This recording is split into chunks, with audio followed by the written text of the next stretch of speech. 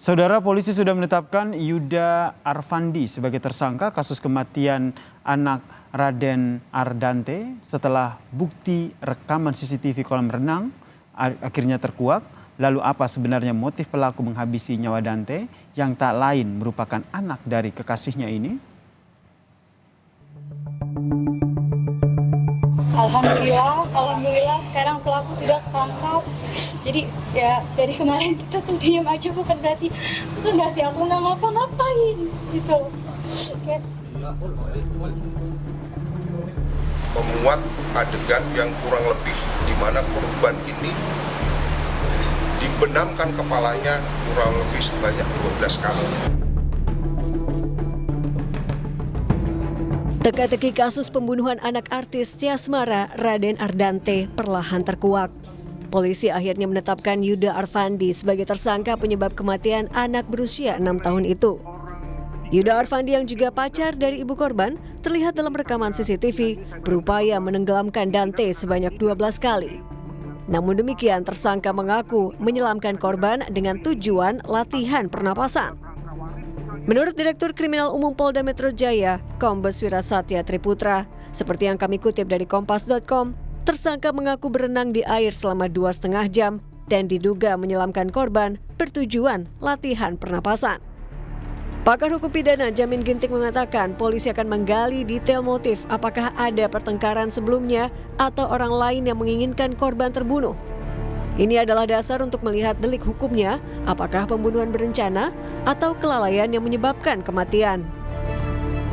Nah, nanti akan dilihat lagi apakah motif kematian anak itu apa dasarnya. Apakah karena ada pertengkaran sebelumnya di antara para pelaku ini, anak ini dan juga atau dengan ibunya sendiri begitu ya. Atau ada pihak lain yang justru di balik motif ini menginginkan kematian anak tersebut.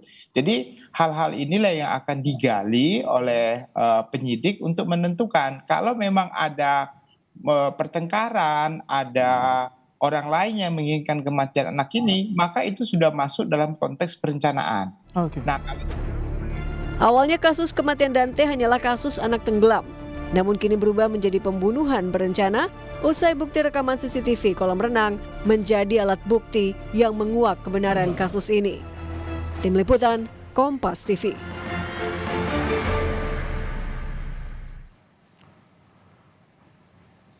Lalu bagaimana saudara nantinya polisi akan mengungkap kasus ini? Apakah kasus ini merupakan dugaan pembunuhan berencana atau tidak? Kita ulas bersama dengan ahli psikologi forensik Reni Kusuma Wardani yang telah bergabung bersama kami di Kompas Malam. Assalamualaikum Bu Reni. Selamat malam. Mas Yasir, selamat malam. Akhirnya terkuak nih berkat bukti CCTV ini. Kalau merujuk pada bukti CCTV, kemudian juga meskipun ada keterangan dari tersangka yang mengaku bahwa yang ia lakukan adalah bukan menenggelamkan. Ini nanti arahnya akan seperti apa jika kasus ini ingin dikuak oleh polisi? Ya, CCTV itu menjadi salah satu bukti ya, Mas Yasir. Kalau di dalam psikologi forensik, kami tidak bisa menyimpulkan hanya dari satu data saja, tetapi perlu untuk dilihat ya, bagaimana peristiwa, ada apa sebelum peristiwa tersebut terjadi. Begitu, dan kemudian apa yang dilakukan oleh yang bersangkutan setelah peristiwa ini terjadi.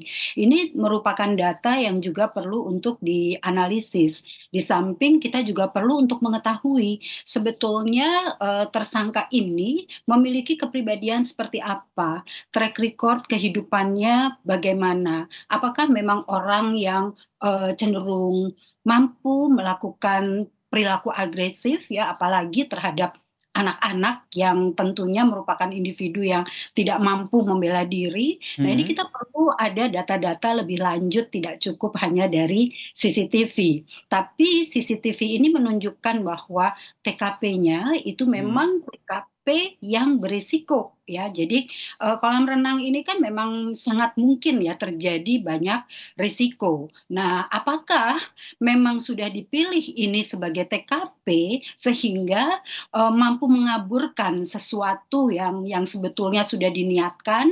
Nah, ini bisa saja terjadi, tapi bisa saja bukan itu. Maka ini perlu untuk digali lebih lanjut ya. Menggali lebih lanjut ini dalam artian menggali keterangan dari tersangka, karena sebelumnya ada informasi yang terbaru yang tadi juga kita tayangkan bahwa tersangka menyatakan bahwa sebenarnya yang dia lakukan itu adalah hanya tes dalam latihan berenang begitu.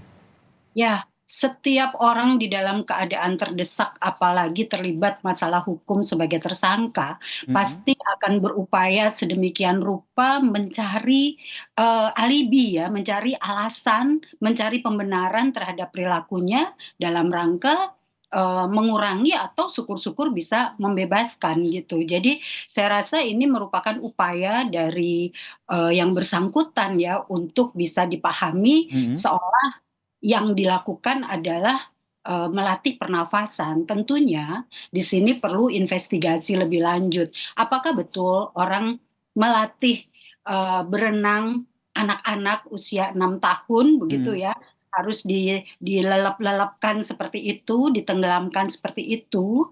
Biasanya kan untuk perilaku-perilaku yang berisiko pada waktu latihan pada umumnya, seseorang kalau mau ditenggelamkan dia sudah siap kan secara sadar. Nah, anak ini pada waktu itu seperti apa jika memang ini merupakan perilaku untuk melatih begitu ya? Apakah betul kondisinya itu melatih atau ada kondisi-kondisi lain begitu? Nah, ini perlu untuk dibuktikan. Tapi yang pasti setiap tersangka pasti akan mencari pembenaran, mencari peringanan untuk apa yang sekarang dituduhkan atau disangkakan kepadanya.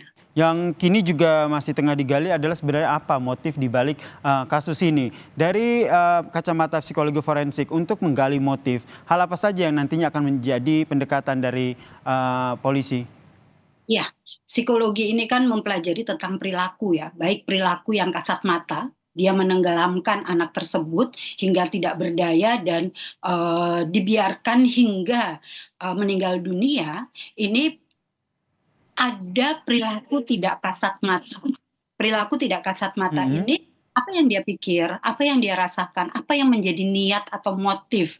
Nah, motif-motif ini sekali lagi seperti tadi saya sampaikan, kita perlu menggali lebih dalam ke belakang. Mundur dulu ke belakang. Termaksud, maaf saya potong, termaksud mencari apakah memang ada pertengkaran, contoh begitu, atau kan ada hal-hal yang terjadi antara ibu korban dengan si pelaku.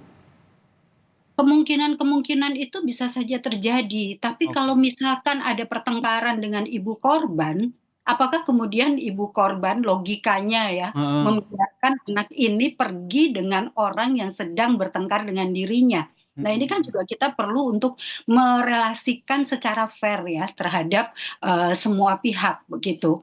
Jadi kalau misalkan memang ada masalah dengan ibunya, kenapa ibunya kemudian membiarkan anak ini pergi dengan orang yang sedang bermasalah dengan dirinya gitu? Apakah itu wajar atau tidak begitu ya? Jadi kita memang perlu fair di dalam meneliti apa saja perilaku yang ada di belakang peristiwa ini. Apa saja pikiran-pikiran dan niat-niat yang ada di belakang peristiwa ini begitu. Jadi itu perlu untuk ada investigasi yang lebih lanjut. Sehingga mendudukan perkara motif ini apa, apakah memang ada pembunuhan berencana atau kelalaian yang menyebabkan kematian ya. Kita nantikan ya Ibu, nanti seperti apa nanti penyidikan yang dilakukan oleh polisi. Terima kasih ahli psikologi forensik Ibu Reni Kusumawardani telah bergabung bersama kami di Kompas Malam. Salam sehat Bu Reni.